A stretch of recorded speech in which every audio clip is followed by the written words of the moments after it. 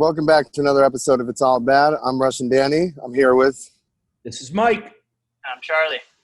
And Keith's trying to figure out how to use Zoom right now. We got a super special, cool episode today. It's true. I'm not lying.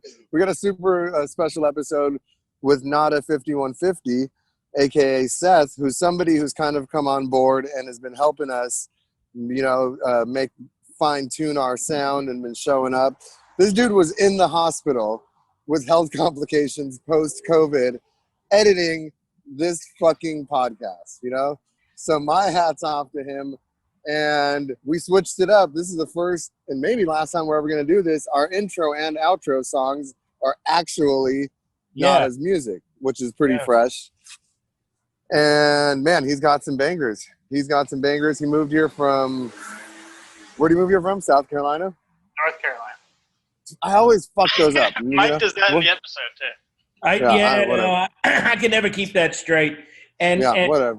He also, as Keith pointed out, from those little video clips we saw on Instagram, not on Instagram, in our texts, it's all the same feed, just the one tube that goes right into the top of the brain, wherever it comes from.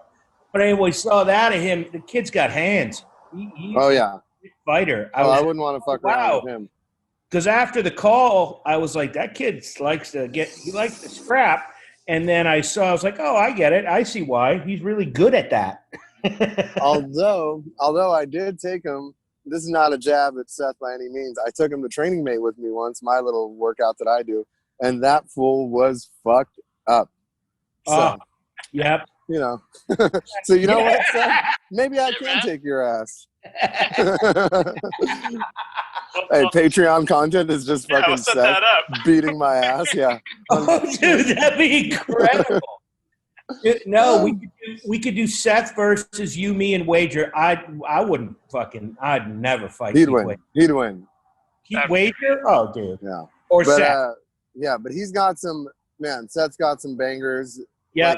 Stuff, just where him coming out here, the story of him kind of getting his, getting settled in LA. That fucking going down to the daytime shittier fucking trip. I mean, fuck. He's great. Nothing like shittier on a nice hot day. All right. It's always shittier when you get to Whittier. As Uncle Vic says. Well, shit, let's not waste any more time and get right into the episode. Word. Well, all right. Enjoy. Nada5150. You did your motherfucking thing, I swear. The Screw Team 2. Here's a little bonus feature for y'all.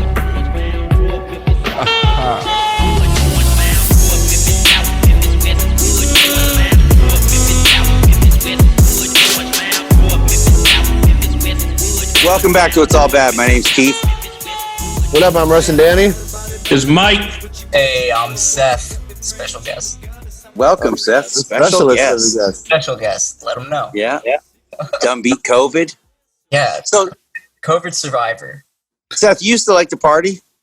Yeah, I like to party. Where are you from? I'm from North Carolina, born in Pittsburgh, raised in Raleigh, North Carolina. And, then I moved to Wilmington, the beach, and then I moved to LA 3 years ago. Yeah. I met you what, day 1, day 2 of you being in LA? Yeah. No way. Yeah, day one, brother.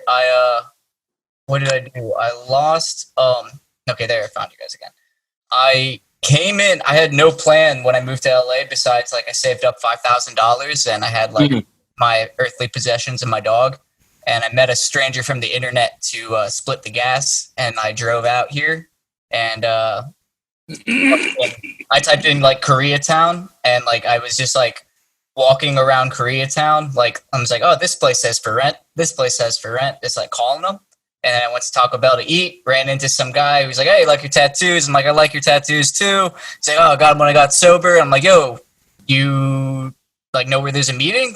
Because I've been sober in AA for 5 years at this point.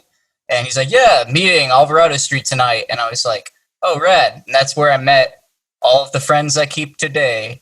That's wild. Yeah. That's great. Who was it you ran into?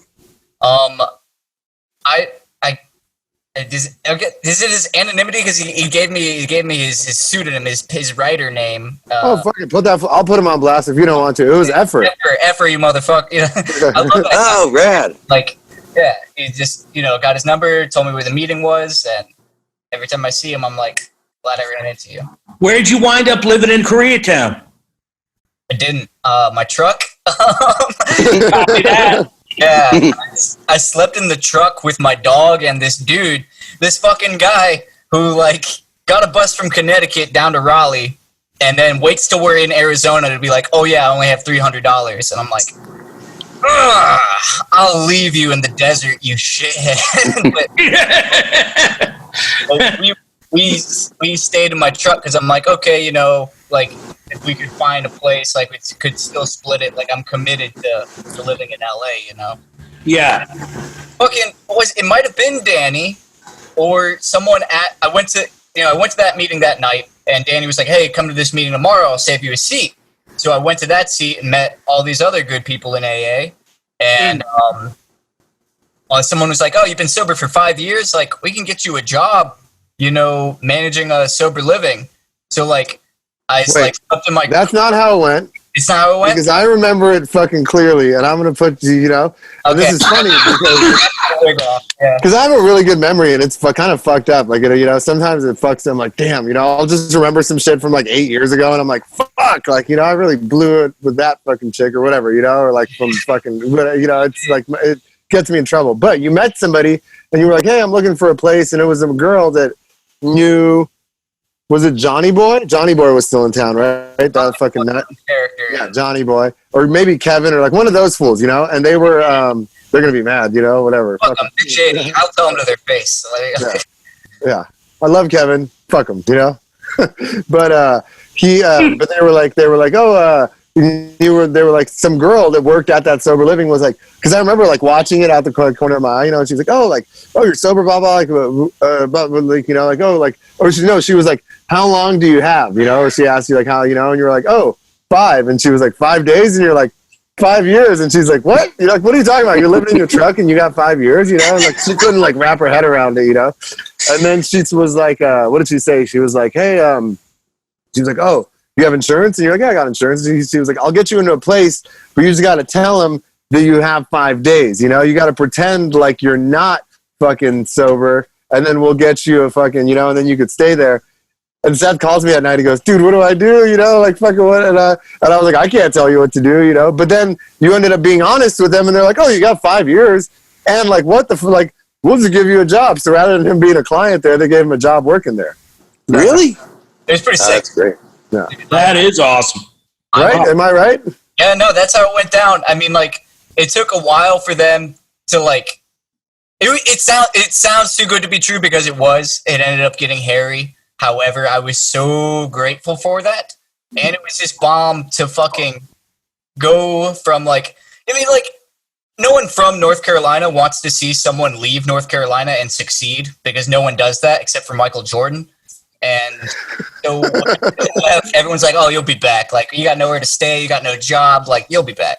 And after like 2 days of making it out there, I'm like on Instagram, like the recovery house was like in the hills. And I'm just like, hey, like living up on the thing. And they ended up giving me like a very small salary, which was tight. Like all I had to do was get my network, build like a foundation, get used to the city, go to meetings, like the stuff that I wanted to be doing. And yeah, it was such a blessing. It was great.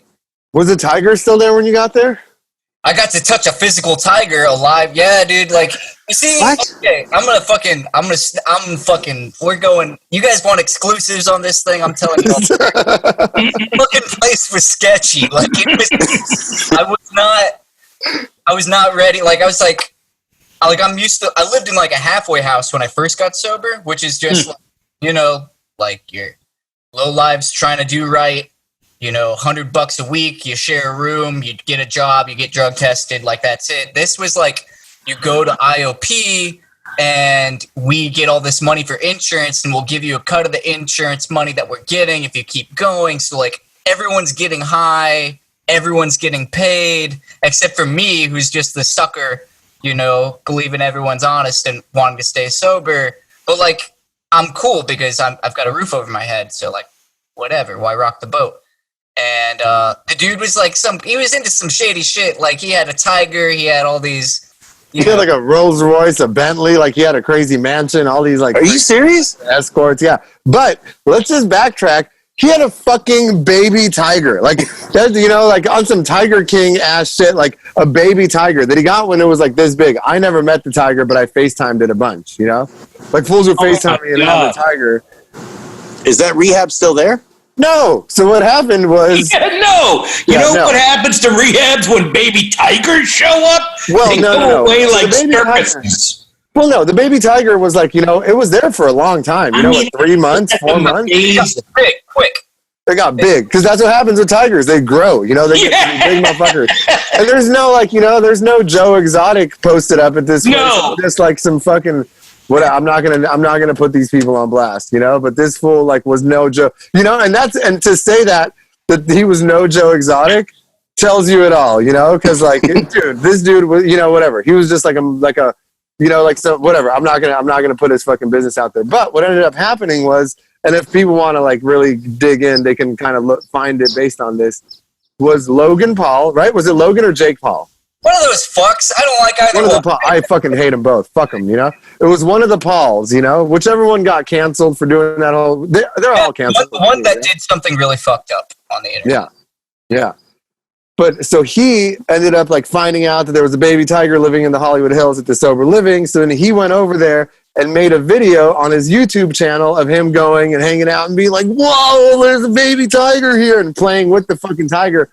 Posted on his YouTube channel, which has like 100 million fucking people that follow it, you know? And no shit, somebody's going to see it and be like, what the fuck do you mean there's a fucking baby tiger in the Hollywood Hills? So they fucking, you know, they do like some reverse engineering, find the spot, and they come in and fucking shut that bitch down. All of it. Like the whole thing. Right? Really? When it ended with the tiger? Well, you see, the tiger thing, I mean, that's an endangered animal. It's just some guy in the hills keeping it, you know, totally illegal. That got cracked down. However, like his, I mean, like the shadiness with they call it body brokering, where they profit off, you know, addicts and insurance. Yeah. That dance kept going. They just changed the name of the place, and apparently they go through a name change every so often. And it's so like it's to the point where like it's so profitable that they even have like a doctor on payroll to like, you know, diagnose and prescribe and like facilitate its own outpatient rehab for these people.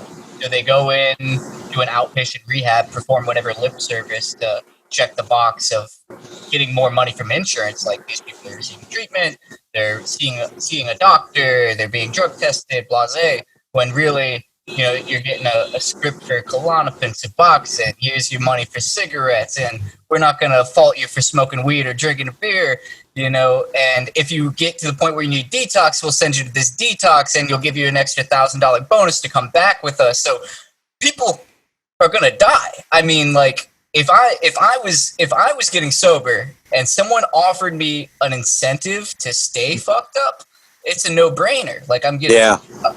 So, I mean, like, you know, I believe that there's good in everybody, but I also, as someone who's watched a lot of friends fall out from struggling with addiction, I kind of want to talk some shit on this place. I mean, I'm not gonna use you guys' platform to talk shit. That's the most shit talk I'm gonna say, and it's coming from me. It's not coming from It's All Bad. Yeah. I mean, the whole thing is fucked. You know, the whole thing is like. It's so with insurance, you know, and I'm just learning. I've been working in treatment for years, and like to me, it's like I don't want to fucking know, you know. But it's like if you have an insurance company and it only, you know, like you have in-network places, you know, so they'll be like, oh, like this insurance company will bill so much, you know, they'll pay out 70% of the thing, but you have to be like dual diagnosis or whatever and be on these medications and you know and all this shit and like so what they do is you go to a doctor, or you go to a psychiatrist, the psychiatrist goes, oh, you're fucked up. You got this, you got bipolar, whatever. So then they're able to bill for as long as they want. And then they can bill for all these services like the urine analysis. They can bill for your doctor visits. They can bill for your sessions with the therapist. They can build with your, with your case management. They bill for everything that they possibly can.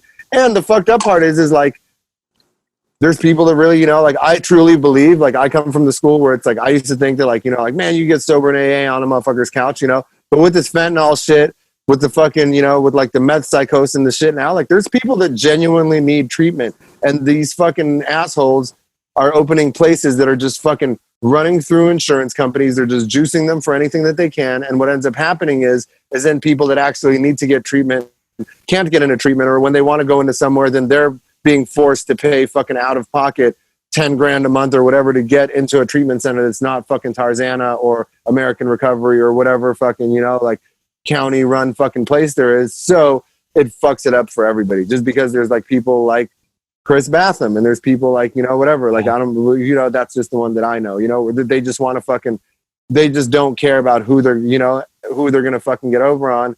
And the fucked up part is about it is like, I have a list of people that have died in the place that I went through treatment since I was there, and that I think last time I checked, it was like 26 people. I've only been sober for 5 years, 26 fucking people, 26 people, that had families, that had fucking children, that had, like people that literally just had like, two, like, that just had a newborn child, like what, like fucking aren't with us anymore. And and I truly believe that it's because of those fucking the body brokers. These people, they'll pay you if you're in treatment and you're doing well, and they'll be like, oh hey Mike, like, oh you got a month, hey, I got a spot that'll pay you fucking $2,000 and we'll get you loaded, and then you'll go into the detox, you'll get the $2,000, and then we'll bring you back here to another spot and they give you another $1,000 on the back end and this and that, and they make it sound like if you're an addict or an alcoholic, it's a fucking no-brainer. Like why you're going to give me drugs.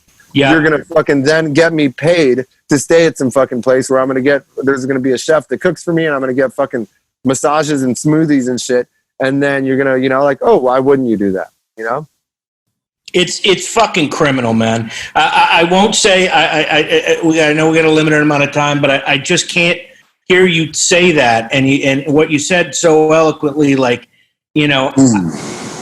this is so true across the entire medical system, right? The entire healthcare system is fucked just like that. And it's the disconnect between the insurance companies, the healthcare providers, and the bureaucrats, right?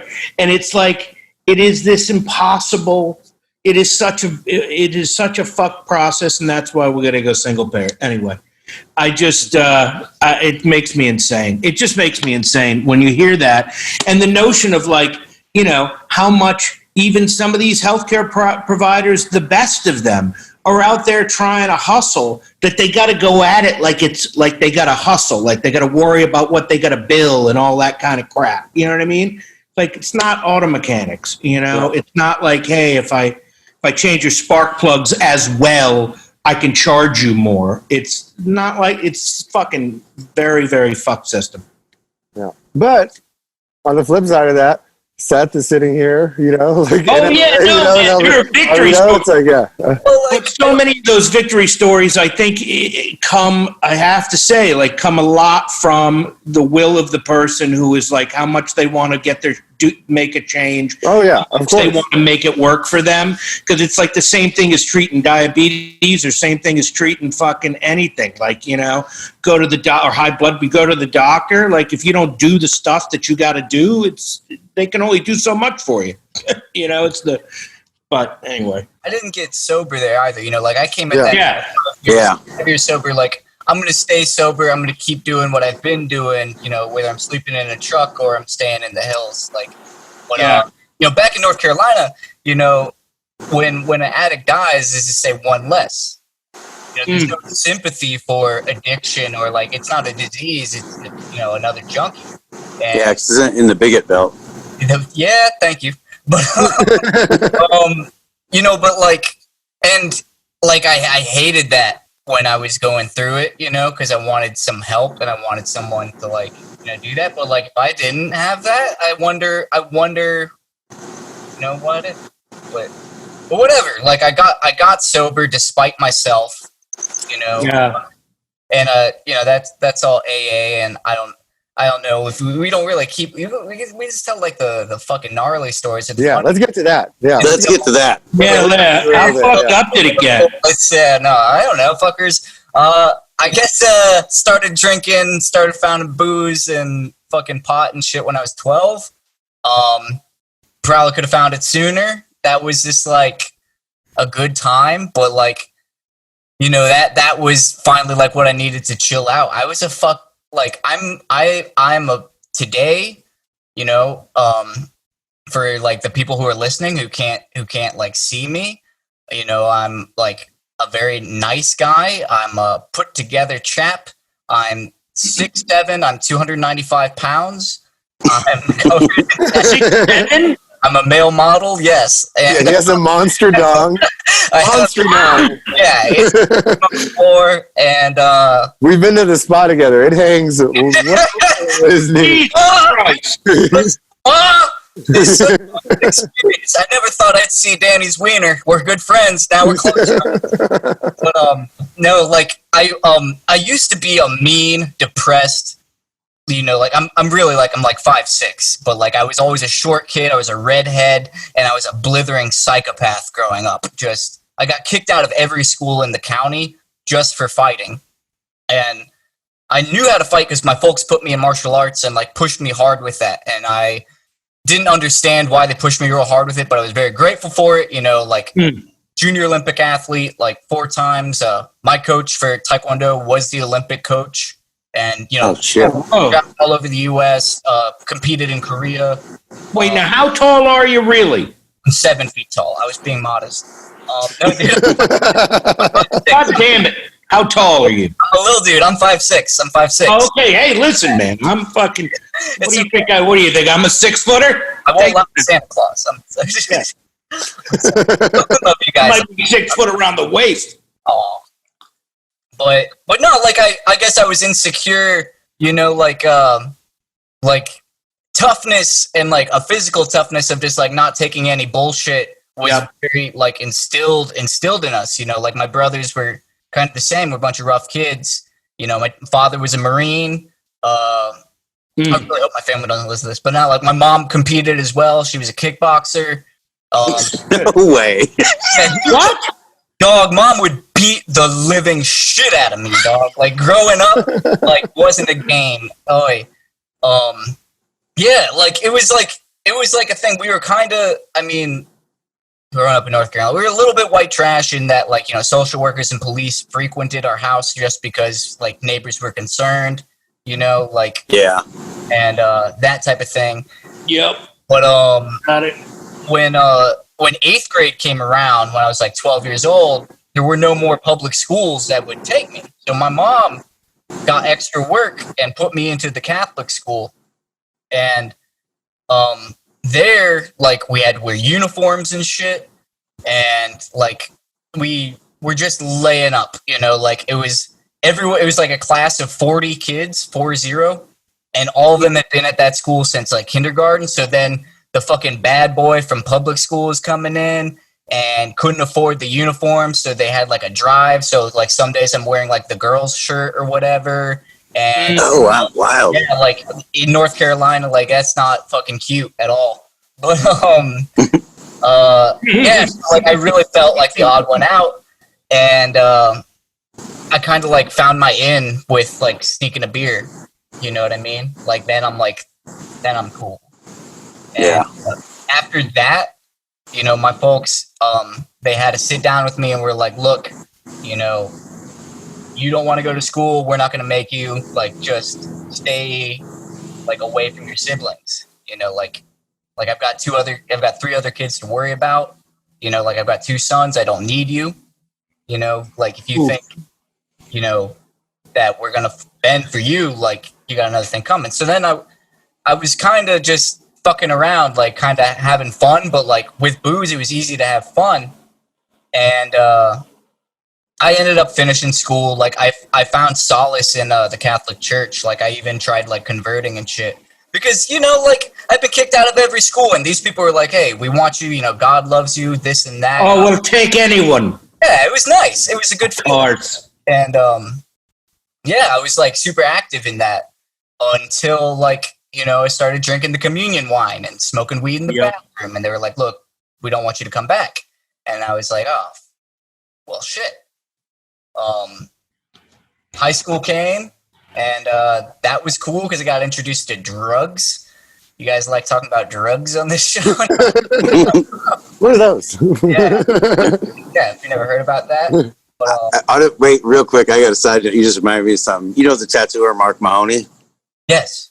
We were at Mark's shop. I mean, this must have been 20 years ago. He got me in rehab, right? But we were at the shop and somebody was like, Mark's Catholic, you know? And this dude's like, Mark, why are you Catholic? Instead of saying he was raised that way, Mark goes, because it's the Cadillac of religions. That's true, sort of. Yeah. Some stuff. Wow. So, sorry, go ahead, Seth. Oh, no, it's all right. I mean, like, I didn't, you know, follow through with it. I'm not confirmed or anything, but, Nor am I. nor am I, huh? Yeah. Never did.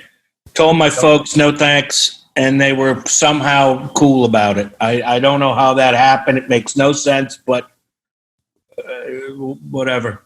Never had to take the test. Yeah. Yeah. There's a test. You need a sponsor for it. It's a lot of work. Yeah. I found high school, started smoking weed, and I was like a stoner, but still getting shit done. Got a prescription for Adderall, so I got a lot more shit done. Yeah, like I was super active in that. But after my freshman year, my parents just kicked me out. They were like, you know, go somewhere else. Like, we got other kids to worry about. I'm one of 4 kids, and like, Right. we like shared rooms growing up. It was like, yeah, it's too much stress, and like, I don't blame them. You know, at the time, like, I fucking hated my parents, but now, like, we've got a good relationship, and you know, I understand. I don't know what I would have done with me. Yeah.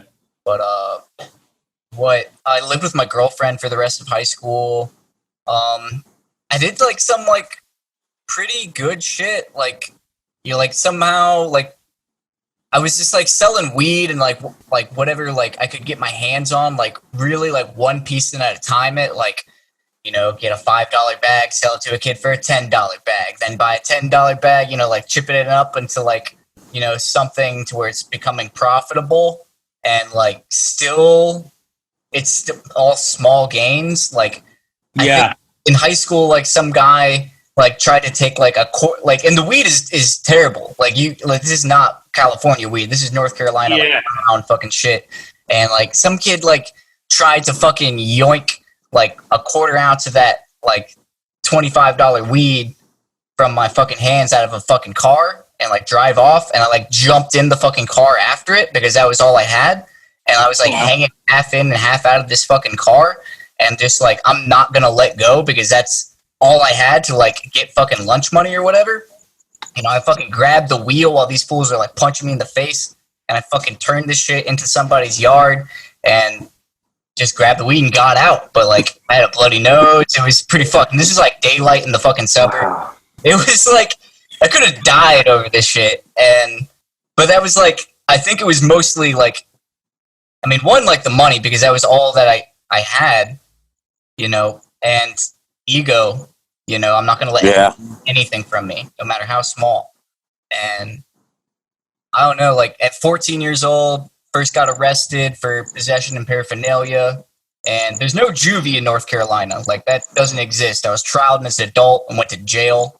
And missed No way. Yep. At 14 fucking years old? With the big boys. Like, they were like, oh, Jesus and like, look, my parents still won't believe me. I didn't have shit on me. Me and my homie had just smoked weed at like 9 p.m. on a Friday. We just smoked weed out of a little homemade pipe he made.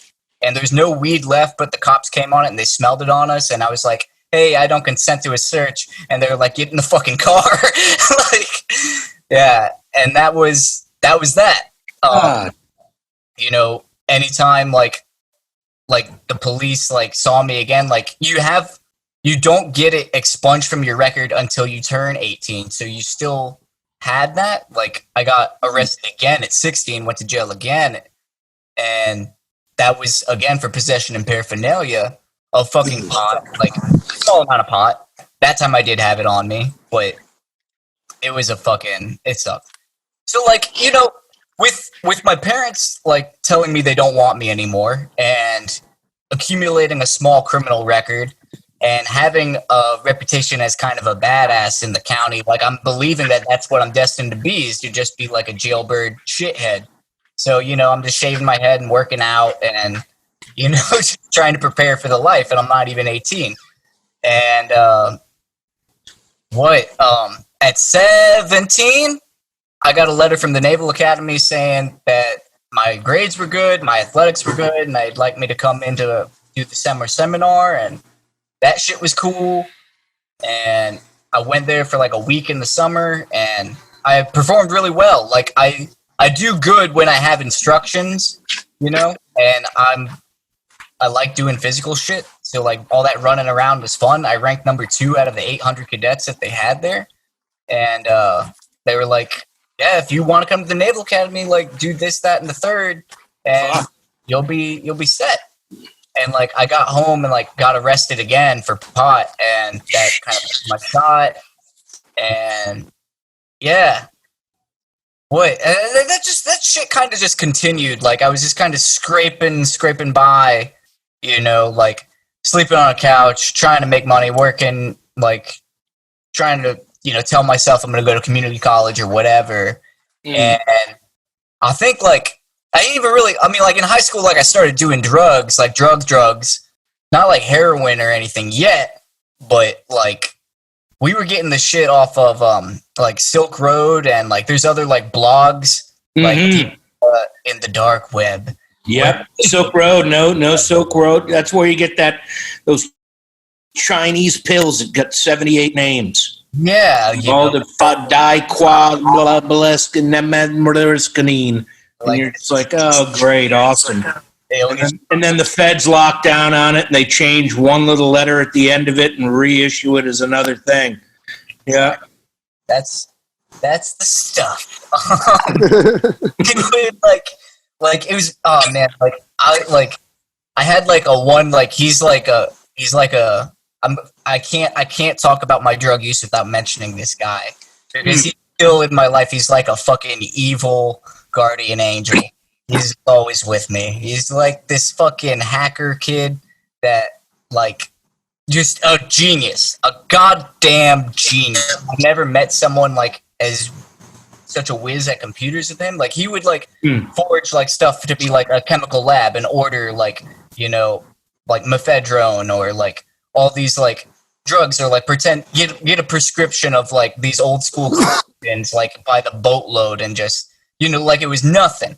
And like if I didn't want to skip school with him, he would just like shut down the internet to the school and be like, oh, now you can't take your test, so come outside. And I'm like, all right. I'm not gonna say his name because he's actually got like a fucking hacker like thing. Like you guys know like 4chan and like the Chans and like all kind of breeding ground for like the fucking extremists for online, and like the dark web's fucking waiting room. Like he shut all that down at the age of 12. Like shut it down. Like they wiped it off the internet, and then he put a YouTube video up saying, "This is how I did it."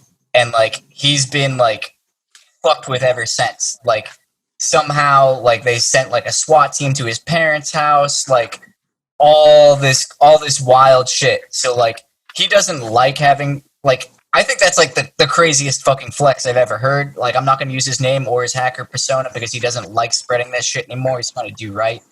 But like he'll just show up in my life from time to time. Like he'll just call me. Wow. Did he never got offered a job like working internet security or nothing after doing that?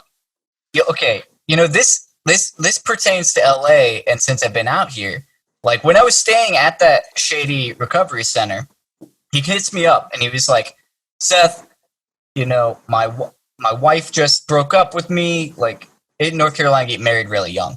But you know, my wife broke up with me. Like, you know, I'm gonna lose the house. I just lost my job in, you know, Silicon Valley. He was like making, like, I'm not sure how to describe the function of a cloud, like, you know, like a memory. Yeah.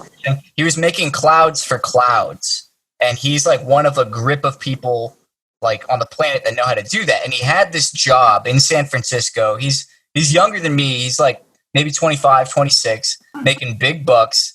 And like it's the type of place where you don't wear a tie to work, you know, like you do. And he was like bored. He would do the work so quick. And it's like, what else you got? So then he would just start drinking on the job until he got fired. And he just like squanders. Eventually, they don't like that. Oh, they don't like it. Yeah, they're like, you No, have they don't. here on a Friday, not 6 every day. Like, but, Yeah.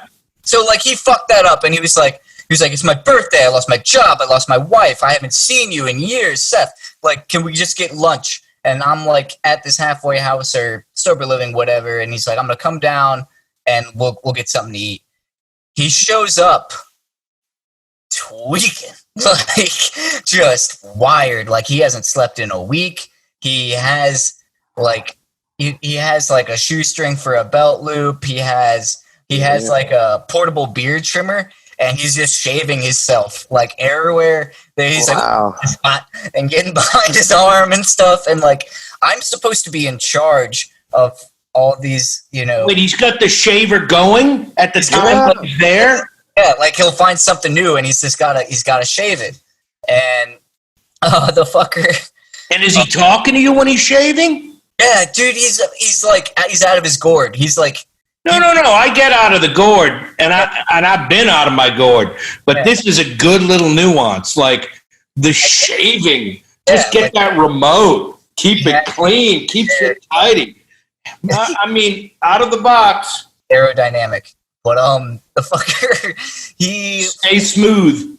yeah, he was you know, shows up at the place, and I'm supposed to be in charge of these people, and my fucking friend who is visibly high, like uncomfortably high, like you look at him and you're high, and around all these people, and like he's like shuffling through his pockets of like shit that he's collected on his travels, and he's got a nice little fucking pookie poking out of it, and I'm just like, dude, I got to get you out of here. So we're walking to K-Town. We're going to get some ramen or something. And, you know, we order something. He doesn't eat anything.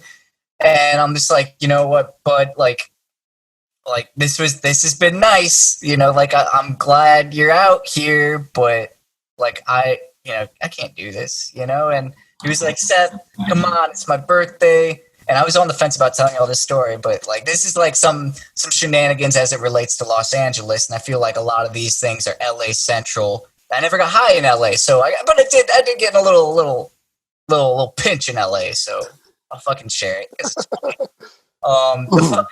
He was like, Seth, like, you know, we can't fucking drink together, we can't smoke anything, you know, like let's go double team a prostitute. And I was like, well, shit, like it's your birthday, you're buying. Oh yeah. I was like. My wife's gonna kill me. So I was like, oh, Wait, did you guys get married? no. I mean, it's my girlfriend. We live together. All right, yeah. She can't hear me. Yo, fuck. Yeah, she can't hear me. We're good. So, no one listens to this podcast. Yeah, no one, yeah. We have like 12 people. This is it. Yeah. This is just us. Yeah. This is just for us. We're just like looking at the internet because like we've never done this before. We're just like, it's like, all right, let's see, like 2-for-1 specials or something. I don't know. And he fucking finds a place, and he's like, all right, I'm gonna Uber us there. And I'm like, all right, let's go. Can I like use his name just because it's easier for the flow, and you guys like beep it out, or I'm the one that beeps it out right now. So, like, we drive, like, and I'm still new to LA. We get in the Uber, and we go all the way out to, like, it was either Watts or Whittier, but it was far from K-Town, far from where I'm living. And, like, we get to the place, and the fucking dude, or, like, the lady who answers the door, you know, needs to see our IDs because we look sketchy. And, Right. you know, we look sketchy, we do. Strip mall type style? Something like that. I don't know. It was a building next to, like, it looked illicit. It looked like a house of ill repute from the street. And, Yeah. fucking, they let us in, and like you know, he's like all tweaky and it's his birthday. So I'm like, all right, bud, like you pick like whoever you want, you know? And, you know, first, like, you know, lady comes in, you know, she's laid and stacked. That's a fact. She's, you know, some Central American woman, you know, she looks good. And I was like, all right, you know, that's a good looking woman. And then like she exits the room, enter some Asian lady wearing a nice dress. And I was like, okay, she's good looking too. And he was like, okay, I want her and you take her. And I was like, okay, cool. Like whatever, like you're paying, it's your birthday, I'm down. So, you know, we go to our separate rooms and, you know, I'm with the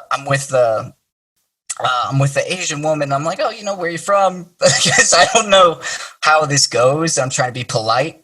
And, you know, like, I speak a little Korean and she spoke a little Korean. So we had that connection. I'm like, okay, we're friends. And right as this, you know, lazy massage was about to end, you know, a knock on the door. And, you know, the lady who runs the joint was like, hey, your friend wants to switch like ladies. And I'm like, sorry, okay, yeah, it's his birthday, it's his call, like this is cool. And they switch rooms. And then like the lady comes in, like the Hispanic woman comes in, she's like, I don't know what's wrong with your friend. I'm like, yeah, me neither. Like, he's mad weird. And you guys have to laugh a little bit, please. This is fascinating. It's amazing. Give me some crack some wise here and there. Right. I'm just delighted that it took a turn to this way, because for a moment I thought you guys were going to double team. That's what I thought too. Right initially, and I was like, oh man, and that sent me thinking like, and there is stuff that I would ask for on my birthday, you know, and some of the stuff might be outrageous, you know what I mean? A whole ham. Today we're going to all have a ham. Or like, yeah, let's get prostitutes or whatever. But I don't know how often it would be like, hey, buddy, how about you and I? We just make a coffee table out of somebody today. Like, it's not. I don't know. Like, there's so many other things. I'd be like, oh, yeah, let's get 10. Let's get 10. There's 2 of us. Let's get 10 or 5 or 4, actually 4, because in that third one. But all I'm saying is this is good. This turned out much better than I thought. So as it was going. Hispanic lady came in. She was just like, hey, you know, like your friend, like he's probably partying a little bit. And I'm like, yeah, he's been, you know, he's on that shit. She's like, I used to back in the day. And I'm like, yeah, you know how it is. Oh, cool. You know, she spoke English. All right, cool. Mad cool. She was mad cool, and she was throwing it at me. You know, and I was like, she was fucking ready. She was like, no fucking massage. Come here, white boy. And we were getting down, and motherfucker knocks at the door again. And I'm mid-stroke, propped up on the table, you dig? And, and I'm not stopping at this point. So he opens the door, and he's like, around him. I hope you guys can see on the video. He's like, Seth, we gotta switch again, man. And I'm like, no, I'm not switching again. Like, and you know, he acquiesces and goes back to his room. And she's like, hey, you know, you gotta hurry up because your friend's gonna get you guys kicked out. And I was like, okay, you know. 3 minutes pass and I'm done. And you know, now I hear the head lady in charge knocking at my friend's door as I'm like, you know, like getting my stuff together. And and she was like, you need to get your friend. And good. Yeah, and he's like, he's not opening the door, and like I can hear him and like the nice green lady yelling inside, and I was like I'm gonna bleep that out. I'm like, it's me, man. You gotta open the door, you know, like I'm the mediator in all of this. Yeah. Just smooth. And so he opens the door, and I felt so bad for Shouty because we were like, I felt the connection, you know, like I was like, yeah, I felt bad for her because like she did not seem pleased. She just like she was like putting his stuff on. I'm like, get your stuff and get out, you know, and she left the room, and I was like, and he's got a towel wrapped around. He's like, I didn't even, you know, finish or whatever. And I'm like, hey, come here. Hey, come here. Hey, I need you to like just put whatever cash you have put it on the table, okay? And because he didn't have all the fucking money. He didn't have the money. Oh. Gotta put the money down. And once he puts it down, he starts running out the front. And he's not even dressed. And I'm coming after him just like, and like he's just like, just running. It's dark, it's late. We make it to a dry cleaner, like not dry cleaner, what a laundromat, like a couple of blocks down. And at this point, my phone is about to die. I don't know Los Angeles. I don't know where I am. I've got like one or two people that I could call. I don't even like know what Uber is. Like I never Ubered until I got out here. And and I fucking text my friend. I'm like, hey, can you come get me? Or like, can you Uber me or whatever? Like I'm here. And he's like, you're all the way. And it was either Watts or Whitty or some W word. And then I was like, yeah, dude, please just get me out of here. And my friend is still like, he thinks we're being followed, and he's like in the bathroom, like up and away, and I'm like ignoring him at this point. I'm like, you're dead to me, you fucking idiot. Like I'm done. And he's like, there's like families, doing their laundry, and we got fucking tweaky ass fuck all the way in the back room, and he's trying to be discreet and get my attention. He's like, Seth, come here, Seth. I'm just like pretending like I don't know him, even though it's like we're the only two crackers in there. One is wearing a neon yellow hoodie and he's shaving himself. One is covered head to toe in tattoos, and like we stick out. And yelling, Seth. He's yelling my name, my Christian name. Seth! Boy. And so an Uber comes, the cab. Oh, good. And we get in, and it's an Uber pool. So I get in the back, friend gets in the front, sitting next to the driver. First thing he says, I gotta let you know we're being followed. And I was like, oh no. Trying to play it off, and I'm like, could you tell I'm a good candidate for Al-Anon? Like I should have just cut these people out of my life years ago, but I want to give them hope. I want to give them a chance, look, I didn't even want to get lunch with this guy today at noon. And now the sun is down. It's late. I don't know where I am or how I'm going to get home. And so the fucker is like, he's like, we need to call somebody. We need to get the authorities. And I was like, I'm like looking at the driver, and I'm looking at the gentleman sitting next to me, and I'm like, look, my friend's had a little fun on his birthday. He's just like, I'm just like, I'm making a joke out of it. I'm trying to make light of it. It was actually like pretty seedy situation, and like I'm trying to make light of it as I'm speaking to you guys about it now, because I'm pretty embarrassed, but this is a fun story, I guess, like in retrospect. So he's like we're being followed, like it's that car, this car, like paranoid. And I'm like, I'm kind of the driver's like, well, what happened? Like, what did you guys do? And I was like, look, we went and got a couple prostitutes. It's his birthday, just like trying to make it funny for him. And, now the guy sitting next to me is laughing, and, like they're kind of in on it. And my friend is calling, like, he was like, I need to talk to Interpol, or like international sex trafficking bag going on. And like, he like gets in touch with a real live person. And like, I could just hear him saying like, he was like, I just wanted a massage, and she tried to have sex with me. And like, oh my God. Shit like that. And like, eventually we get into Koreatown, and I just recognize it because of the Korean signs, and I'm like, okay, I can figure it out from here. And I'm like, hey driver man, hey, can you just pull over? And like he pulls over, and I get out of the car, and he's like, Seth, where are you going? I'm like, away from you, bro. And he's like, well, I'm coming with you. I'm like, no, you're not. And I fucking like run across traffic like a dangerous man. I thought I was in a movie at this point. And I like did that twice just to like, I'm running, like I'm like sprinting, and he's yelling out at me, Seth, you can't run from me, Seth. And I made it home. Oh, dude. And that's bananas. That's the most shit That's I've seen in amazing. Los Angeles. So there you guys go. There's an exclusive. Just FYI, respect women on this. You didn't have to leave Koreatown to have that experience. I'm just saying.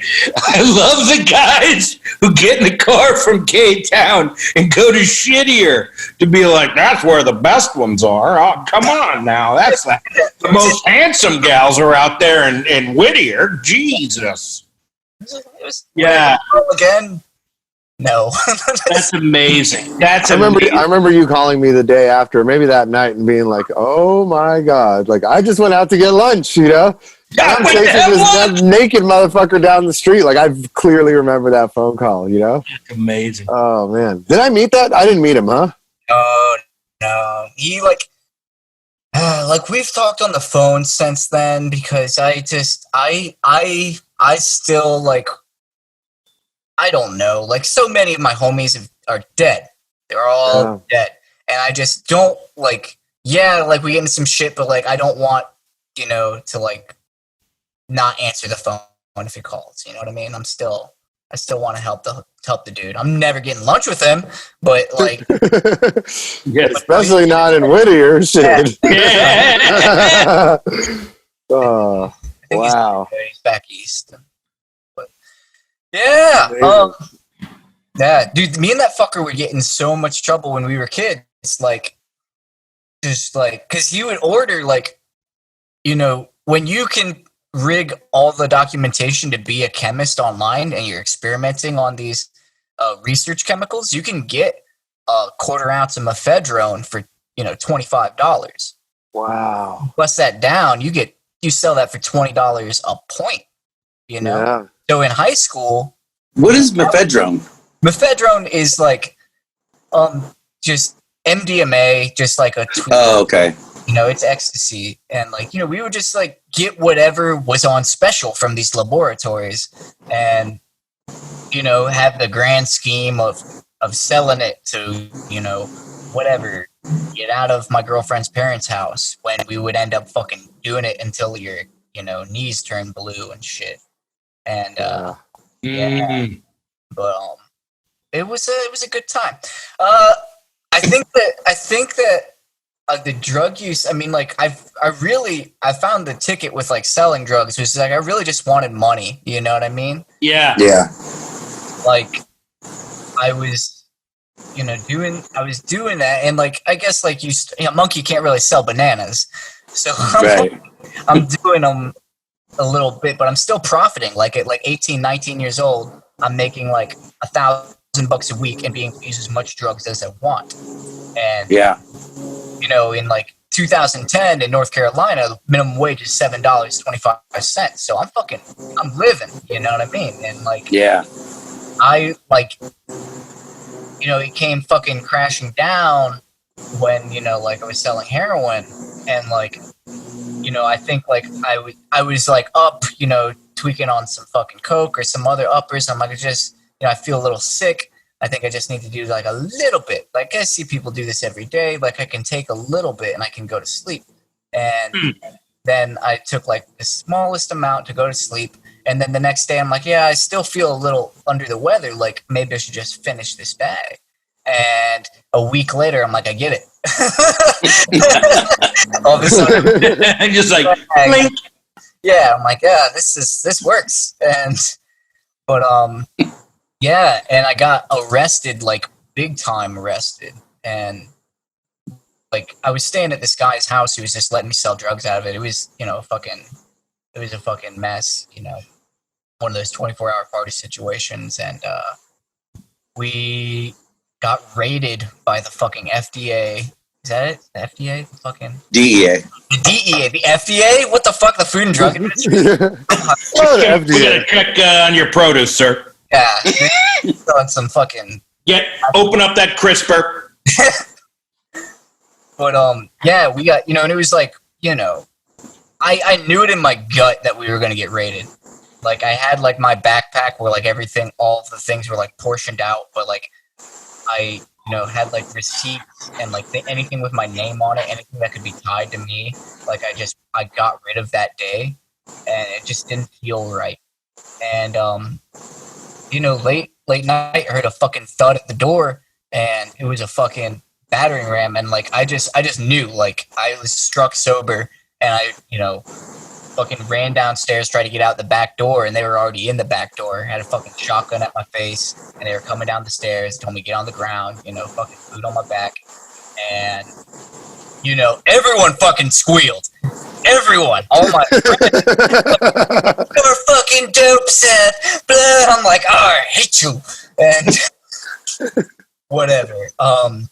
So I went to jail, and the guy whose house it was, he went to jail, and they were like, like all of your youth record. I was 20 years old. All my youth record shit had been expunged, but you can still see it on the record. It's just no longer a conviction. So it's fucking. But yeah, it looked hairy, and I called my parents, and they were, now they were concerned. Like a lot of shit had happened before then. I got in a knife fight. I got hepatitis. Like a lot of shit happened before the age of 20. And I don't know. I don't know what you guys want to hear. Do you want to hear about getting sober? Do you want to hear the? I gotta say, I want to hear one thing. I have a question, and you got about my tattoos. I won't answer it. If it's what? I said if it's about my tattoos, I won't answer it. No, it's not. So listen, I have a quick question about your tattoos. When you said you went to jail for the first time when you were 14, right? And that in South Carolina? North Carolina, sorry, brother. North Carolina, listen, I'm doing the very best I can. I'm playing with you, dude. I'm playing. No, I'm kidding. And no, North Carolina, you go into jail. What's that experience like? And like, to do whatever degree you're comfortable talking about it, how does that fucking work, man? Like I've never heard of that. I've never heard of like, you're 14 and you go in with grown fucking men. Does that mean like you're 14 and you're sitting next to somebody who's like, assault with a deadly weapon kind of a guy, 32, like 40 years old? What is that? Yeah. We were like, at 14, I've tried my best to put my tough face on, but I was terrified. I was so scared. They had, just like people like were fucking bloody. People were talking to themselves, North Carolina jail is different than California jail. I've learned this from like listening to your guys' stories and other people's experiences. Like you don't get separated by gang affiliations or race or anything like that. Everyone's in there together.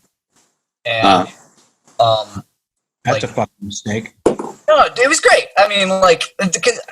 You're not assigning teams. Like everyone's just kind of like accepting that, okay, this is going to suck, but then it's going to be over. Mm-hmm.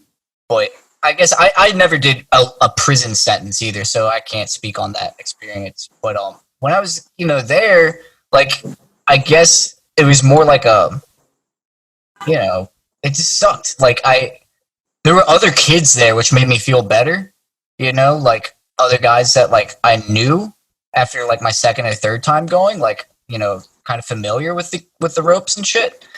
But yeah, I was just so fucking scared, man. Like I just didn't talk to anybody. I would opt for the turtle suit, like the suicide isolation, just because I figured if I'm by myself, like, like none of that. But like the guards just try to fuck with you more. It's kind of like a scared straight situation. But there's all signs like saying like no persons under the age of 18 are to be housed. And I'm like, what about these signs? And they're like, read the fine print, and yeah, that's wild, man. Dude, read the fine print. Like I fucking live in the fine print, man. You're like, I'm 14. I don't even know how to fucking read yet. I'm in North Carolina. They don't teach us that shit. They teach us how to shoot guns and drink. Hey, Seth, have you ever seen a ghost? Ooh, yeah. Oh, dude. Okay. I was ready for this question. But you guys, when I got sober and got to the halfway house, there were 3 rehabs in the state of North Carolina. This has probably changed by now. This is, back in 2012. But like, I went to the one on the beach, and like it was like a week after a guy blew his head off in one of the rooms. Like it was a grim, like somber situation. Most of the guys are expecting to go back to jail or to piece together a normal life.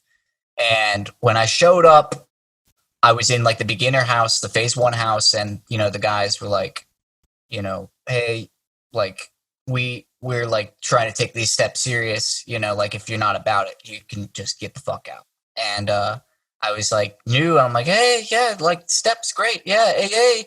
And they were like, okay, like we all did our first steps together, we like went over our drinking and using history, like if you'd like to do that, like we'll receive it. And I was like, okay. And like I told him that. And then like over like the first week, like we'd hear like cello music at night and shit, and it was eerie but kind of peaceful. But it was like a thing. We just hear cello music where and I'm in the guy's room, the guy who blew his fucking head out of room, and it's fucking nerve-wracking. Like I don't know if I want to stay sober. I don't know if I want to fucking live either, and the guys that like invite me into the living room one day, and they're like, hey, we found this fucking Ouija board like on the computer, we're gonna tweak with it. And I was like, okay, cool. And it was just like a website, and they were like, okay, it's like a very minimal website. It looked just like Google, like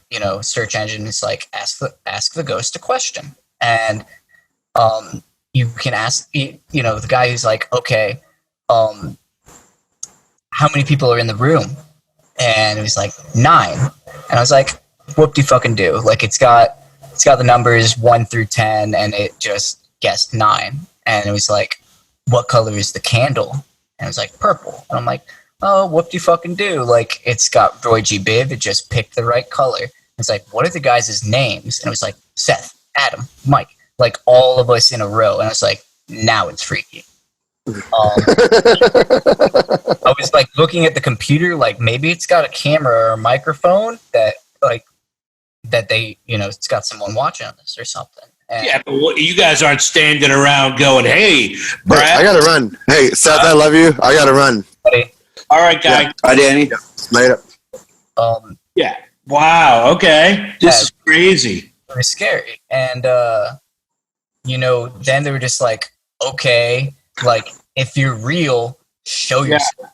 And I shit you not, a fucking thud came on the roof of the fucking house, and like a bunch of grown men, like convicts, are like, ah! Like we're all freaking out, and like I was seriously shook. My universe has been flipped upside down because I don't believe in this voodoo, and they were like, who are you? And I'm like, it's. And I'm like, oh, this isn't fucking funny. Like, this is fuck. Like, this is, the guy who just fucking died is in my room. And he's like, I want Seth. And I was like, woo! Like, not like, and I was like, what prompted him to say that? You guys didn't even ask a question. And it just said, I want Seth. And I was like, why? Like, ask it why. And like, it said something like that back in the day, like I had banged like his daughter or something, and didn't call her, or some type of offense to make his spirit angry at me. And he was like, Seth will die of a drug overdose in X days. And no way. He said that, and I was like I called my sponsor. It was late. like I was so scared. I didn't sleep. Like another guy like stayed up with me just because I was so fucking shook. And I was like, gotta make it to the meeting tomorrow. It's gotta make it to the meeting. It'll be okay. And then like when I went to the fucking meeting, like I talked to some of the guys who had like graduated the program. They're like, oh, they hit you with the thing online, and I'm like, like it was a prank. They all were in on it. They got the neighbor. No way. To use the details of my first step and like my story to make it so personal to me, and they acted it out like everyone was in on it to fuck with the new guy. That's fucked up. Yeah. That is fucked up. So that is amazing. Dude. That's like the game shit. Yeah. Oh, wow. Dude, I was so upset. Dude. But that's it. Like in that moment, ghosts were real, and they had, beyond that, I haven't had a experience with a phantom. It's also such a brilliant prank because, like, what are you going to do? You're, of course, going to go directly to the place where the people that you know are, and you're going to start asking, like, hey, I had this crazy fucking experience. Like, what about that?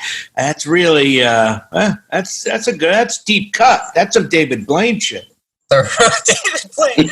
You know what I mean? Or like whatever. That's like, there used to be that one, where you would call. I remember there was one that I knew, friends from Manhattan, we'd call Willie the Wiz. You'd call, and the person you'd call would know, and you'd say codes of things. Like you'd have to like set the rules of it ahead of time. And I had a handful of friends, but a couple of them were in New York, and I'd call this dude I knew. Whatever, it doesn't matter his name, Liam, and I'd be like, hey, and he'd turn me on to it, and he would call me sometimes and be like, hey, is Willie there? And as soon as you hear is Willie there, you're like, okay, I know the gag's on. So then they say to you, like, they'll say, like, what are you da-da-da-da? And you answer, and you're like, ace of spades, jack of diamonds, whatever the fuck. I forget how the hell you fucking do it. But you know this thing, and you say these codes and stuff like that. You answer these questions so that they can prove something true to a room full of people who are like, how do you know that? How do you know this? How does this person know all these weird things? And it's just, it scared the living shit out of me the first time it happened. And then I learned how to do it. I can't remember it now. It's 30 years ago, but whatever. That's crazy. Yeah, Willie the Wiz. Willie the Wiz. Is Willie there? It's like, oh, fuck. And sometimes you'd be a drag because the fools would do it, and you'd be just like, dude, it's fucking like midnight, bro. Like, I know you guys are all high, but I can't fucking do Willie the Wiz right now with you. But all right, let's do it. Yep. Yeah. Mike, have you ever seen a ghost? Me? Yeah. Mike. No, the other Mike. I haven't, and I don't want to. Just putting that out there. I haven't. Okay. That's that. But I listen to my ghost stories. Every night I listen to, usually at least 4 or 5 times a week. I'll listen to Jim Harold's ghost stories. Here's a shout out, Jim Harold. I doubt you're listening to IAB, but if you are, I fucking love the shit out of you, man. You help me out through so many. Whenever I'm stressed out, I listen to these ghost stories. They're awesome. And yeah, last night was a particularly good batch. But yeah, that's about it. It's weird. I find them very soothing. I had I've never seen a ghost, but I think I've talked about this before, but in the, I don't know what, like late 80s at this heavy metal dude's house, we were fucking with that Ouija board, or one in person. And, everybody's like smoking weed and we're fucking with that thing. And, dude, like, have you ever messed with one, Seth? No, they terrify me. I'm going to be... Yeah, you shouldn't mess with them, but I'm telling you No way. A few of you have your fingers on it, right? Yeah. And, there's always somebody who's like, you're moving it. But I'm telling you, you can tell that the other dude's not moving it. You know what I mean? You can tell. I have fucked around. Okay, I take that back. I fucked around with one once. I can't remember when it was. It must have been in either college or high school, probably college. And I don't remember what the fuck we were doing, but thankfully everybody was like probably too fakakta and too distracted to like, to really do it. Like it was kind of party. But like I do remember the sensation of having my fingers on one of those fucking discs, and it was the classic old school Milton Bradley one with the magnifying center eye, like straight up that old box, the M&B that you'd get from the Toys R Us or whatever you got your toys. And I do remember the sensation, now that you said it, of that thing moving. And I was like, well, I'm not fucking with it. Now, is someone else maybe? I don't know. I have no idea. But I remember feeling in my fingers being like, well, I'm not doing it. and being like, is anybody else doing it? And of course, everybody says no. I don't know what they're doing, but I remember being scared. I was like, ooh. We fucked with it for like a few nights, but like the thing that was weird is Jimmy, whose house was, Jimmy was like 17, but he had a little sister who was like 3, and we had, Jimmy's mom worked nights, so we'd be over there party, and then we'd leave at like 9 because she'd come home at 10. It's like apparently a song, by the way, right there. Jimmy's mom worked nights. But Jimmy's little sister apparently was screaming, pointing at the top of the stairs, "I want it!" And there was nothing there. I want it, I feel like you guys talked about that on a previous episode. Yeah. Oh, maybe. So spooky. It's weird. Go ahead. How about another drug story from you, Seth? The drugs. Trying to think of a good one, like something where I don't know, got embarrassed. I don't know, like I used to do a lot of drugs, brother. There was a time where like I was going to like fucking music festivals. I kind of had like, when you get drugs and like like I'm chilling out, like I'm not like trying to be a hard ass. I'm just trying to get high and enjoy life. Like, cause I got in a real bad fight. Like I got my head smashed with a baseball bat and like, fucking stabbed this fool. And like after that, I'm like, I'm good. I'm good. But I'm gonna save what face I have left to be a pretty boy. But after that, I'm just like gonna hang out with these hippies and shit because they like to party the way I like to party. And we went to like this festival out in like the border of North Carolina and Tennessee, out in these like mountains and stuff. It's very beautiful. And like, for the long car ride, I took some fucking like pain pills to like really, be asleep through it. And then when we had arrived, it was like, my friend was like, Seth, you're not going to sleep through the whole festival. Like, wake up. I was like, oh, okay. And I had a bag full of Molly, as the youth calls it. Fucking MDMA, like crystals. There's like a bunch of like pink shards. There's probably a little bit of meth there, but I was like, I'm just gonna eat it till I feel it. Yeah, like a real fucking idiot. Not just take a dose, wait for it to kick in. I'm just gonna go. So I literally went at it with a plastic spoon, just an ounce sack of the shit. And I got a fucking quarter ounce in me. I'm just chewing these shards of look like little pieces of rose quartz, and I'm disgusting. And like sipping water, and I feel it, Jack. Like I'm up and I'm fucking dancing like never danced before. Like like they had one stage that was like fucking jam bands and like some rock music, and they had another stage with like fucking DJ like playing electronic music, and I was just over there. And like just sweating, just working a sweat. It's like the fall time up in the mountains, and it's like, fucking, and I'm just like, that sweat. I know that sweat is the worst. I sweat like a sow, and it's awful. Just drug sweat. Oof. Cold, but like I'm getting down to my skivvies, and like I didn't even realize it. The sun was coming up, and I'm the only one there. Like, no way. Oh. And like here I am, just in my fucking underwear.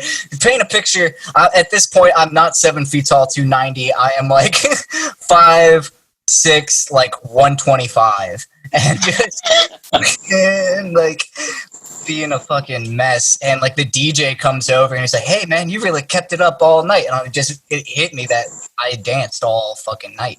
And wow, that's amazing. Yeah, and like of course, like people, like you make a lot of friends when you dance emphatically. And someone like put some acid in my mouth, and I couldn't tell if it was the come down from all the fucking ecstasy or if I was just having a really bad acid trip. But the rest of the weekend was a bad time. And yeah, like I was getting into some shenanigans, man. It was trouble. They like, my friends were like, "Dude, you gotta go to the hospital. You look like shit." And what kind of shenanigans were you getting into? Like what?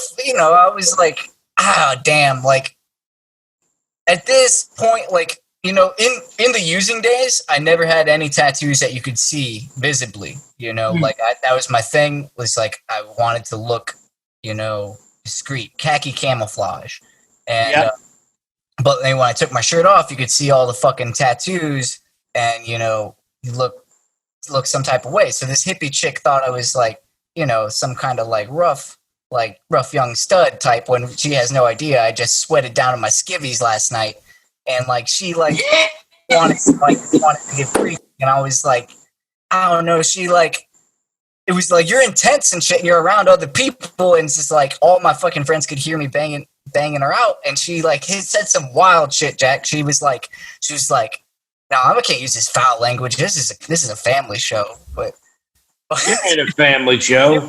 She was like, "Fuck me like you were raised in the streets." I'll never forget that.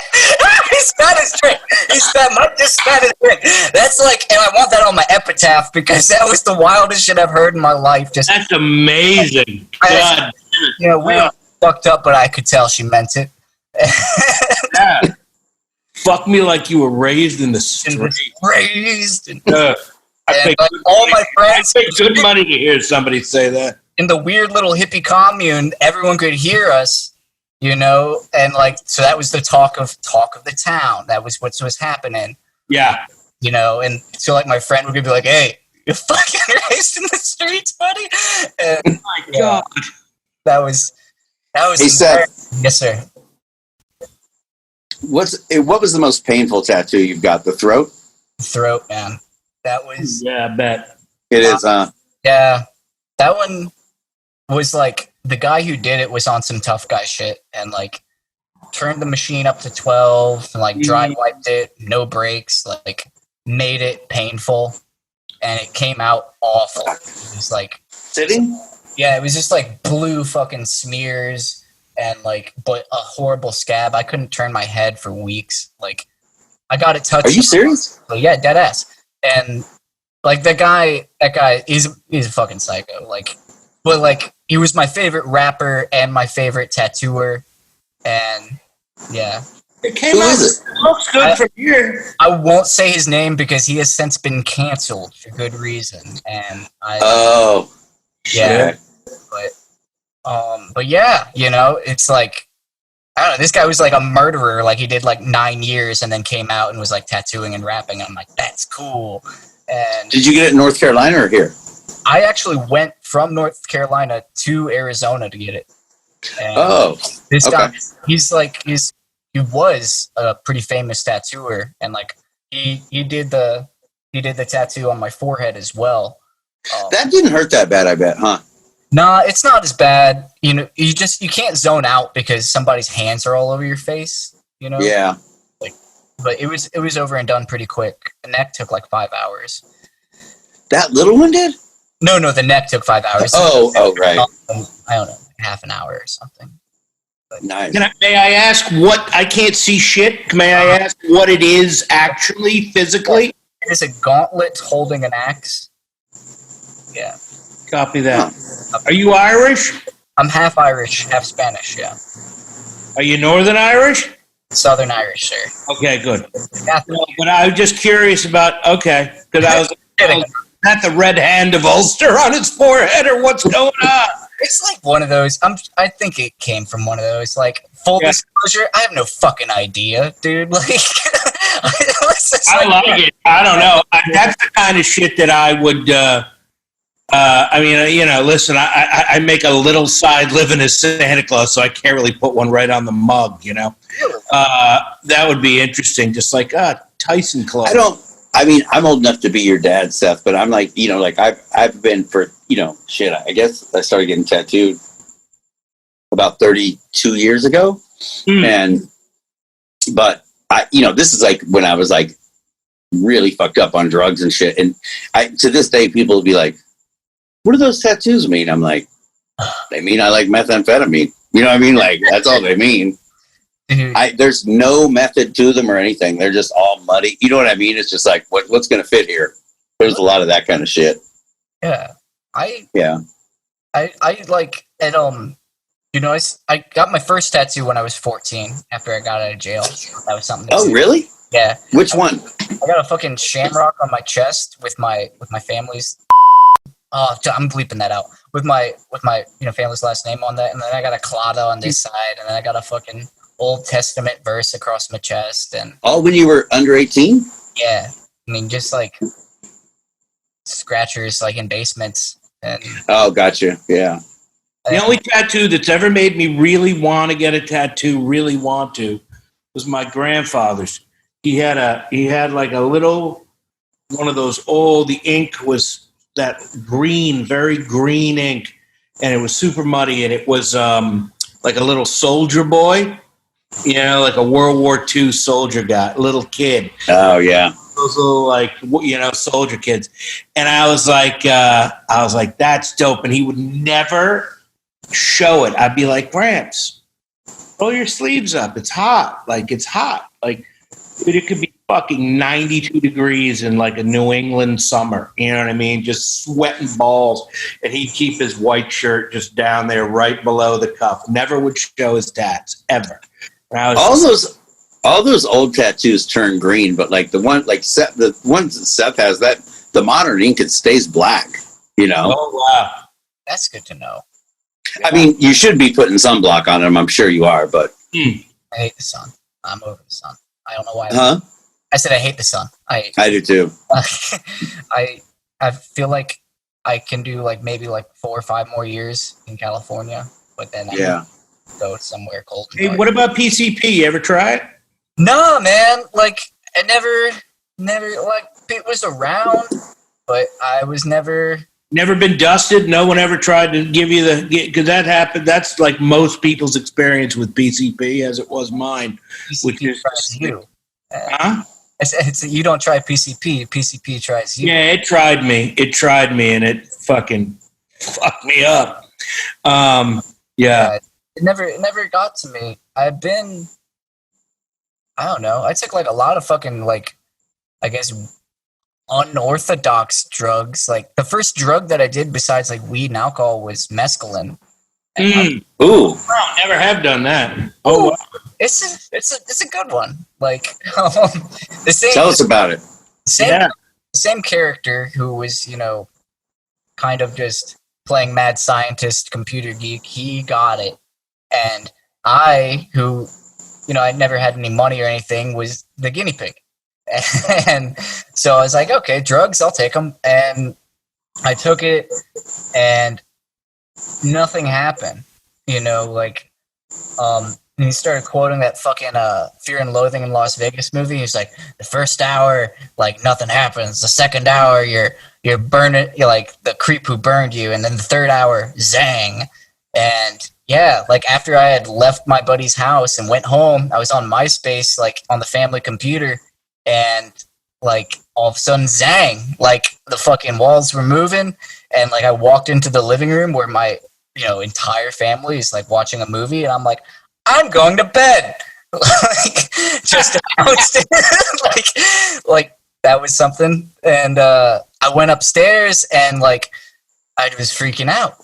I mean, it was it was a very immersive acid trip, but it never got to the peaks of excitement I feel like you got with other psychedelics. You kind of felt safer, and I read Animal Farm cover to cover. And oh, really?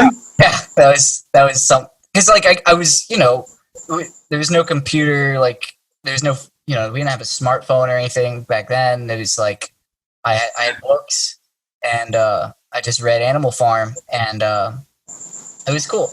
Did you know Animal Farm was released the same day they dropped the atomic bomb?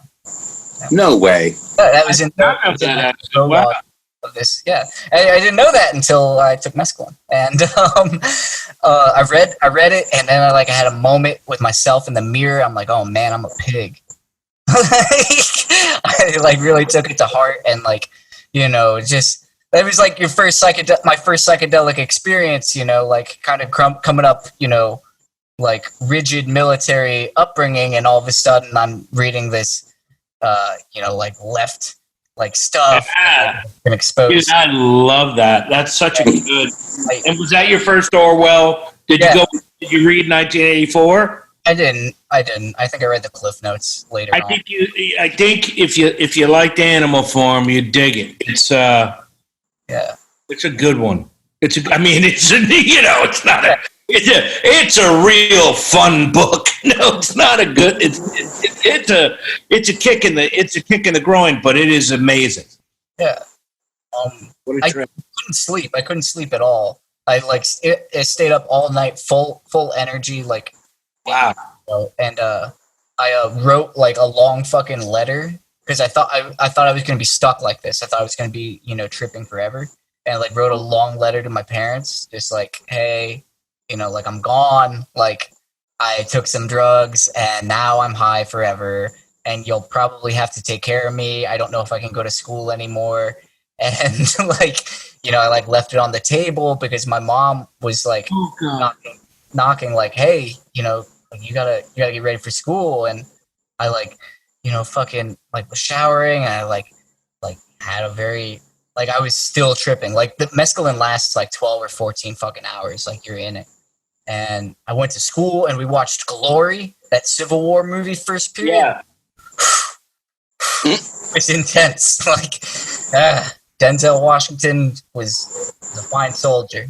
And he got whipped. And, like, I was just really into the fucking movie. And, like, my friends could tell that my pupils were as big as saucers. I was just high.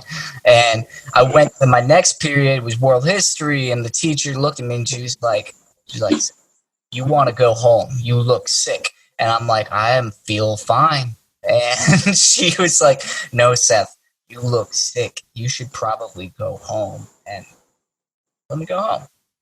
I left school, and that was my first psychedelic experience. I liked it. And then, yeah. Then Did your family ever find the note? No one ever. And like, I got home when I was clear-headed, and I destroyed that fucking note. Just crumpled it up. Good. Confession of the note.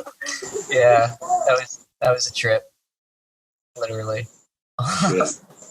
Yeah, I did some other drugs along the lines. Yeah, I don't know. Like, I felt like I really liked benzos and Klonopin and shit. Like, I felt like, Oh, really?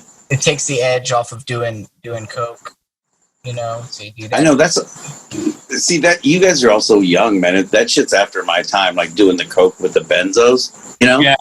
It's stupid because like one like gets rid of the other, so you're just taking more and more drugs. When if you just stuck to one, you would achieve an effect.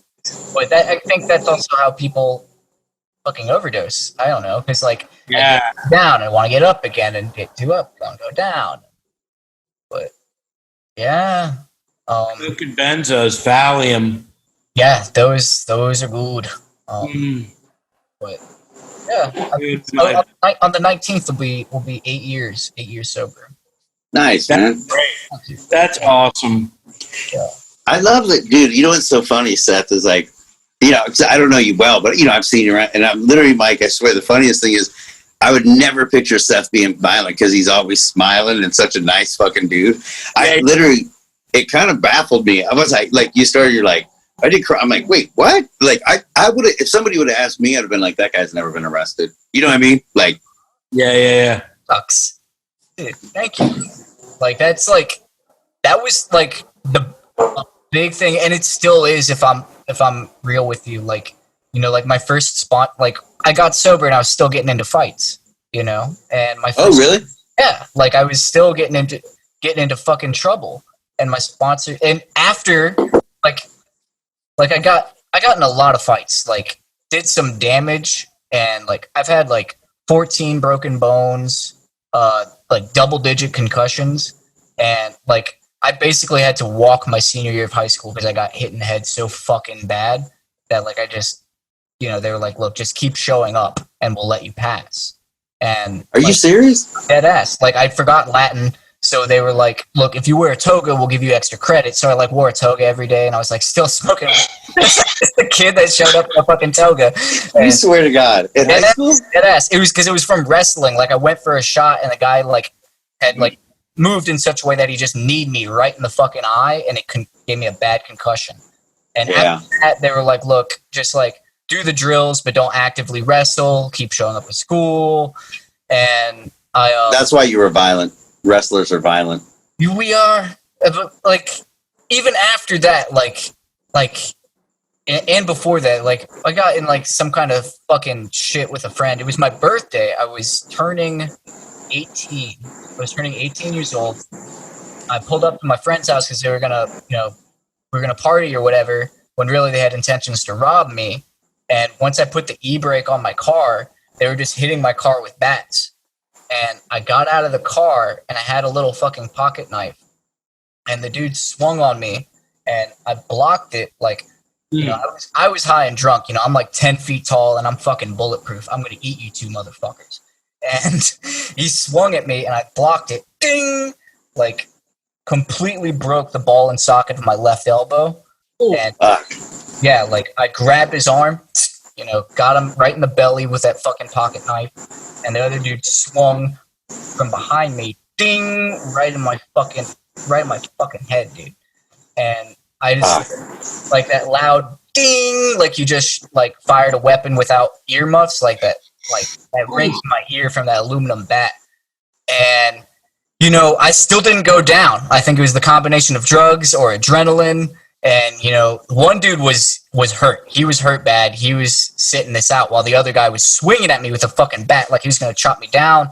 And I'm ducking and but he got me in the ribs real hard. And I was like, just stop. Cause I was like, we're going to kill each other, And yeah. I was like, why are we even fighting? And they were like, I don't know. I'm like, well, I'm going to go. And it was like this weird standoff of, are they going to let me get in my car? Or, are they going to swing at me if I'm too close to them? You know what I mean? And I got in the car and he had flanked the car and was hitting it with the bat still. And I tried, I was in so much pain, I couldn't fucking move my left arm. It was just flopped. And it was a stick shift. Your head cracked open?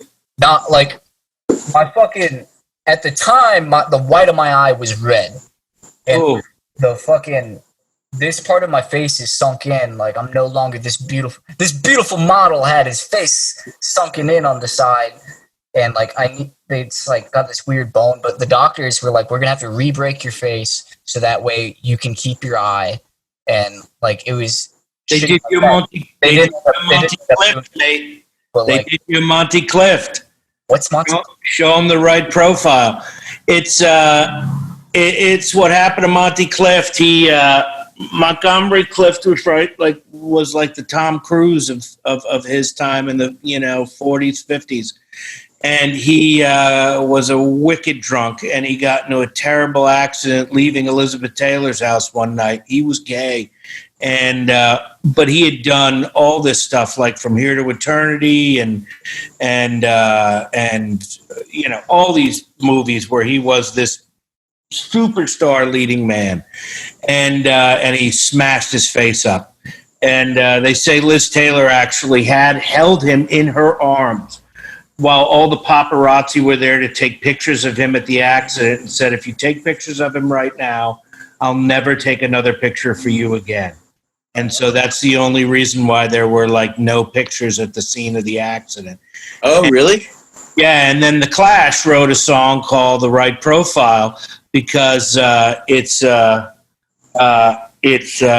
when he worked, he would his right side, he went to do a movie afterward. I forget what it was. Not Nuremberg, maybe, I can't remember. But he went and they would say shoot him on the right side because his right side was better and the left side was all fucked up. Just a fucking horrible tragedy of Hollywood. I ended up getting a pocket knife tattooed on that side of my face. Fucking A, yeah, nice. So, because that was when, this is a small town in North Carolina. This whole thing was in the news. Names, a lot of it. And so I had already been known, our family was in the paper for, because small town North Carolina, these guys, trained with the Olympic team. They're, doing things. And then also this one guy is in and out of jail. And then here he is, assault with a deadly weapon. I was just so fucking, like, people thought I was crazy and I wanted to prove them right, you know what I mean? So, Yeah. like, get a fucking knife tattooed on my face. But, Did you have the face tattoos when you were living there? Yes. I had both of these. Yeah. But I bet you were probably the only person back then, right? Absolutely, dude. Like, it is like arm tattoos are like becoming okay. Like, you don't really see like a lot of, it's not LA. But like having tattoos on your face, like people didn't want me coming into their stores. Like people didn't want to talk to me. It was like, I kind of like, became a recluse after I did it and like was just focusing on my music and like my art and shit. But I don't know. Like I was so after that, flashback to, my 18th birthday.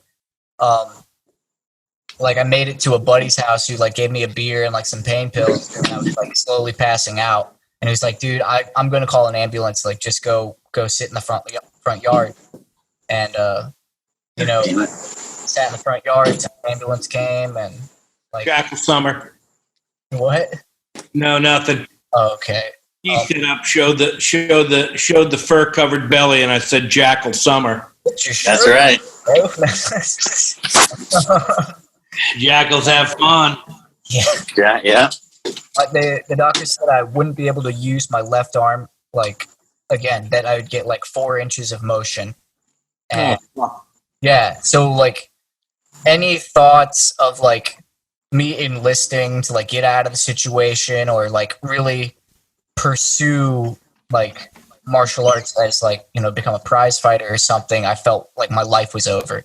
If there was anything that I was good at, I was good at fighting, and now I can't.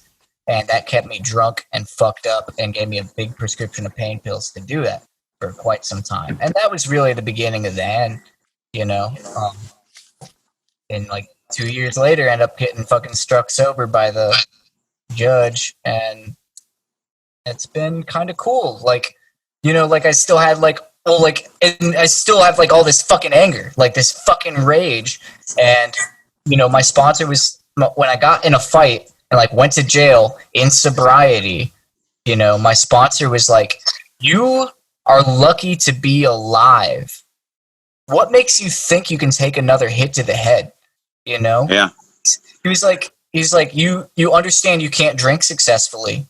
You can't fight successfully. You can't walk around puffed up with this fucking anger. You have to do something, and you got to find a spiritual cure to this or something, Mm-hmm. And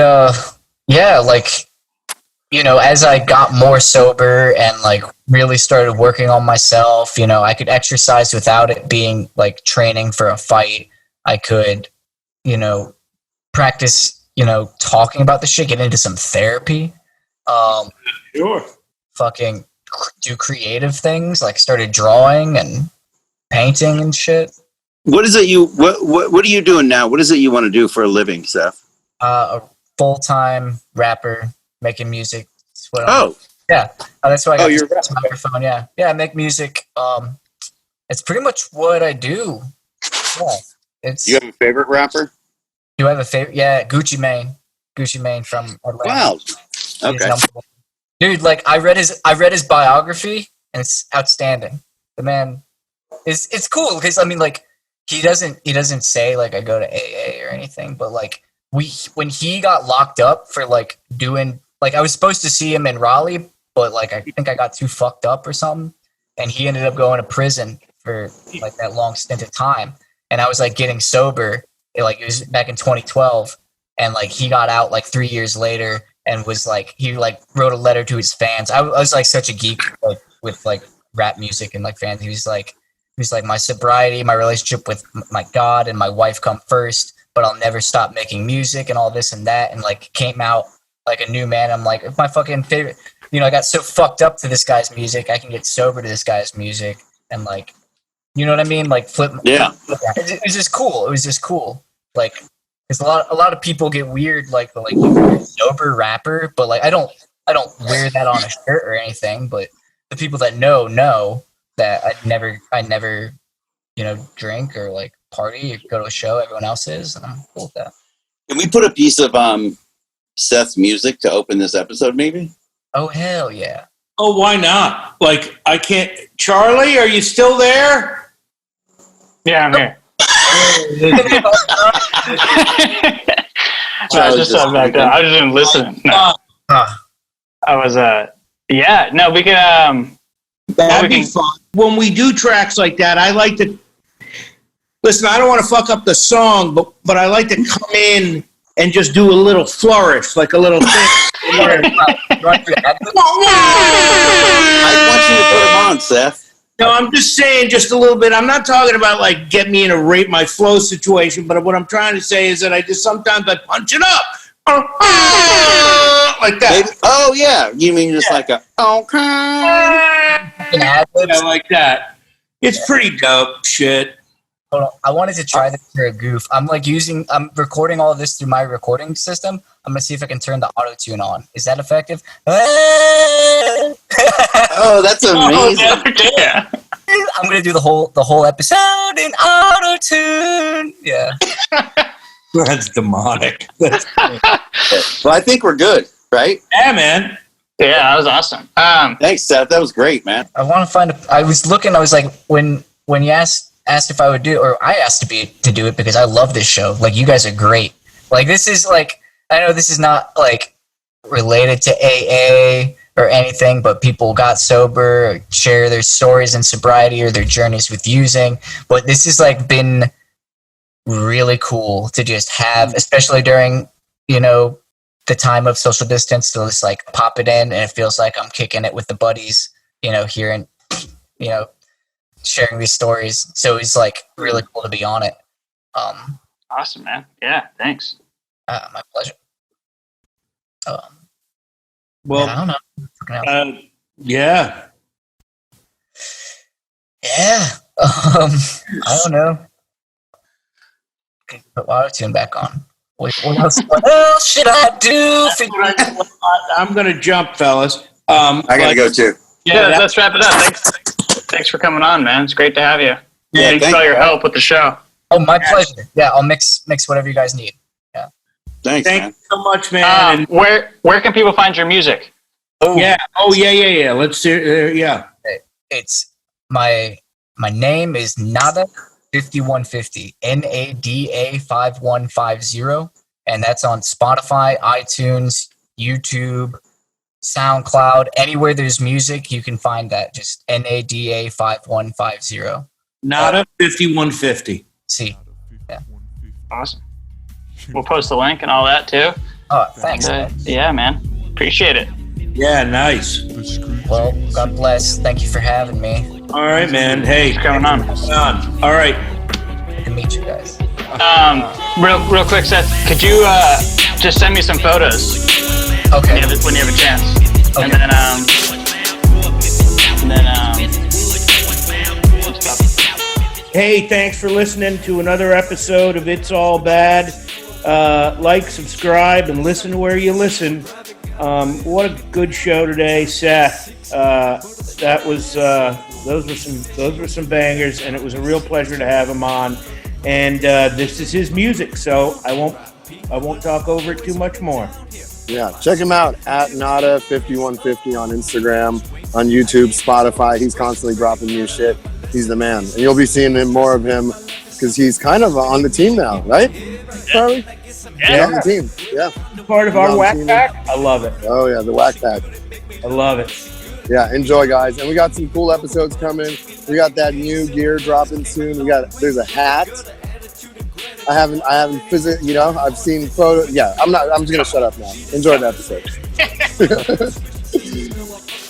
all right, great. With the blizzard, did the licking tongue twister. Now she's up and me on Twitter. Doing the mental arms, Mr. Beat it down and swat the silver. Feed you water out the crystal, solid gold. Came up with silver. Twist my tattoos when I kiss it. No, my dick is beneficial. So you blow me like a fiddle. Blow me